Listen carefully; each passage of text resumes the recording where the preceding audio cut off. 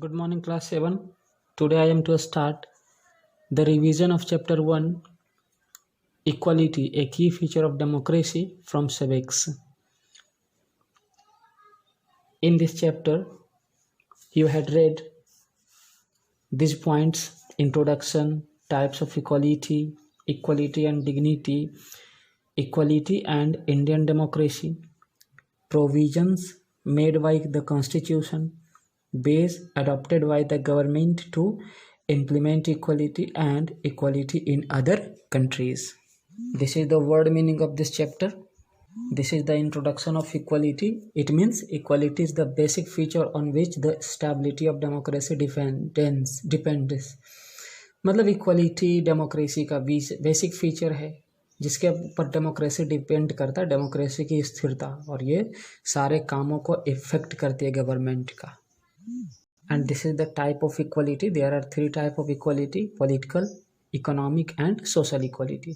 Political equality means एक ऐसा equality जिसमें गवर्नमेंट कंट्री के सरकार के सामने सभी लोग इक्वल हो, बराबर हो, और इसी के तहत सबको क्या किया गया, पॉलिटिकल इक्वलिटी के तहत ही यूनिवर्सल एडल्ट फ्रेंचाइज वाली राइट्स दी गई. यानी हर वो व्यक्ति जो 18 साल से ऊपर का है वो वोट दे सकता है, चाहे वो किसी धर्म या कास्ट का हो. यहाँ दिख रहा है आपको इकोनॉमिक इक्वलिटी. इसका मतलब क्या होता है, एक ऐसा इक्वलिटी जिसमें कंट्री के अंदर जितने भी रिसोर्स अवेलेबल है उन सारे रिसोर्स को यूज करने का अधिकार हर एक व्यक्ति को हो, और हर एक व्यक्ति को अपना जीवन जीने का अधिकार हो. इसमें एग्जाम्पल हम बताए थे सुशीला का, कि किस तरह से जो सुशीला जो लो स्टेटस से गरीब है वो उसको किस तरह से कर्ज लेना पड़ता है, हॉस्पिटल में लाइन लगाना पड़ता है, जबकि दूसरे लोगों को ये चीज़ें करनी नहीं पड़ती है. अब यहाँ आपको दिख रहा है सोशल इक्वलिटी. इट मीन्स कि कोई भी व्यक्ति चाहे वो किसी जाति, धर्म, रेस या क्रीड से बिलोंग करता हो, वो समाज में इक्वल है. इसमें से हम शेड्यूल्ड कास्ट और शूद्राज की बात किए थे, जिसे स्टार्टिंग से डिस्क्रिमिनेट किया जाता था, और इंडिया में उसे अभी भी दलित के नाम से जाना जाता है, यानी डिप्रेस्ड क्लास के नाम से. और इसमें हमने एग्जाम्पल बताया था वाल्मीकि के एक जूठन का. जूठन एक बुक है, उनका खुद का जीवन का एक ऑटोबायोग्राफी. और इस जूठन में उन्होंने एक्सप्लेन किया कि कैसे वो जब छोटे थे तो स्कूल में उन्हें डिस्क्रिमिनेट किया जाता था, उनके टीचर ही झाड़ू पोछा लगवाते थे पढ़ाई के स्थान पे. यहाँ देख रहा है equality and dignity. Dignity means क्या होता है, किसी भी व्यक्ति का उसके जाति और धर्म के नाम पे सेल्फ रिस्पेक्ट यानी सम्मान. और ये बहुत ज़रूरी है. हमारे इस समाज में ये चीज़ें नहीं है. हालांकि इसमें हमने बहुत सारी बातें बताई थी कि हर एक व्यक्ति को क्या होना चाहिए, सेल्फ रिस्पेक्ट होना चाहिए, चाहे वो किसी भी स्टेटस से बिलोंग करे, और कानून भी इसके अधिकार देती है. इसी में हमने देखा था इक्वलिटी और इंडियन डेमोक्रेसी में कि इंडिया के अंदर जो इंडियन कॉन्स्टिट्यूशन है उसने हर एक व्यक्ति को लॉ के सामने और गवर्नमेंट के सामने इक्वल कर दिया. हालांकि ये प्रिंसिपल में भी है और कुछ हद तक सोसाइटी में लागू भी है. ये भी देखा गया कि समाज में जो डिस्क्रिमिनेशन होती थी अंग्रेज़ों के ज़माने में, वो आज़ादी के बाद कॉन्स्टिट्यूशन बनने के बाद ये चीज़ें ख़त्म हुई.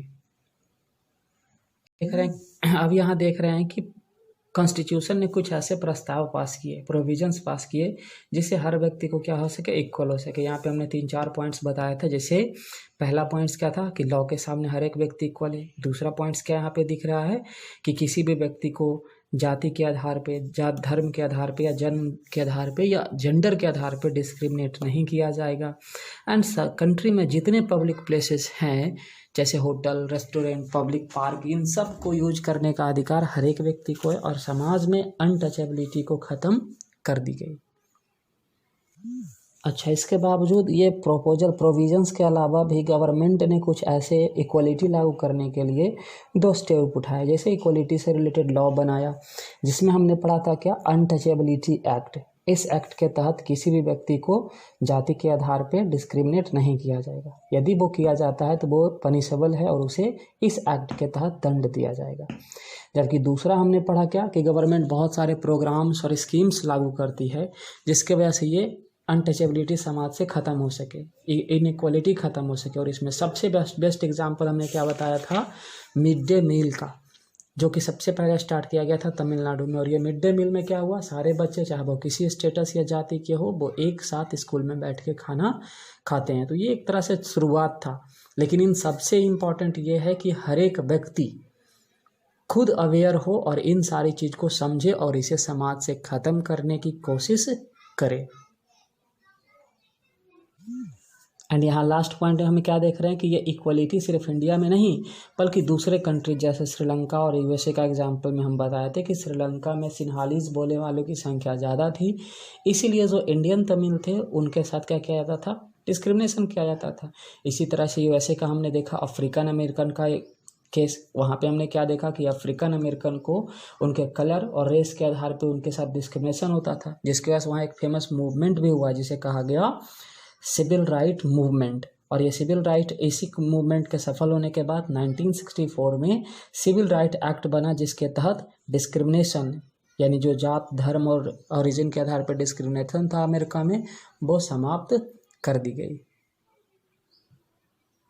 ये रहा ऑब्जेक्टिव इस चैप्टर का। आप देख सकते हैं टिक द करेक्ट ऑप्शन में क्वेश्चन नंबर 1 का बी, क्वेश्चन नंबर 2 का डी, क्वेश्चन नंबर 3 ए, 4 ए। अब इसमें दिख रहा है फिल इन द ब्लैंक्स, एक में फिल नहीं किया गया है, आप देखिएगा। Number 2 Dalit, number 3 USA. Fill in the blanks एक बार फिर से देख लें। Number 1 equality, number 2 Dalit, number 3 USA, number 4 opportunity and number 5 untouchability. And true false में क्या देख रहे हैं, क्वेश्चन नंबर 1 फॉल्स, 2 और 3 true, number 4 false and number 5 true. इसके बाद अब जो भी है फेयर कॉपी जब स्कूल में बनेगा तो उसमें देखेंगे। और ये रहा ज्योग्राफी के चैप्टर 1 का tick the correct option. Number 1 का D, number 2 C, number 3 D, number 4 B, number 5 D. और ये रहा फिल इन द ब्लैंक्स इस चैप्टर का। Number 1 abiotic, number 2 natural, number 3 lithosphere, number 4 biosphere. And true false, number 1 false, number 2 true, number 3 false, number 4 true and number 5 true. And ये रहा history के objectives. Number 1 का take the correct option A, number 2 B, number 3 A, number 4 B. Match the following का number 1 C, number 2 D, number 3 B, number 4 A. Fill in the blanks का 8th 18th 2 Bharat, 3 learned Brahmans, 4 Turks भरिएगा, कुतुबुद्दीन ऐबक नहीं, Turks. तो ये रहा इस chapter का civics का पहले चैप्टर के रिवीजन के साथ साथ आपके सारे ऑब्जेक्टिव्स तीनों चैप्टर का, सिविक्स, इकोनॉमिक्स और ज्योग्राफी का एक सॉल्यूशन भी हमने भी बताया। अब आपके पास बुक है तो बुक में ही ऑब्जेक्टिव्स को भर ले, और चैप्टर आगे बढ़ते जा रहा है, पीछे ऑब्जेक्टिव्स मीनिंग्स जो बन सकता है रफ कॉपी में बनाइए, ऑब्जेक्टिव और मीनिंग्स याद कीजिए। जो क्वेश्चंस बनेगा रफ कॉपी में बनाइएगा, होमवर्क कॉपी में, और नो फेयर कॉपी तैयार नहीं करना है। जब स्कूल खुलेगा तो मैं फिर फेयर भी करवाऊंगा, इसलिए फेयर के लिए परेशान नहीं होना है। आज के लिए बस इतना ही। अगले क्लास में मैं आपका हिस्ट्री का चैप्टर 2 लेकर के आऊँगा। धन्यवाद।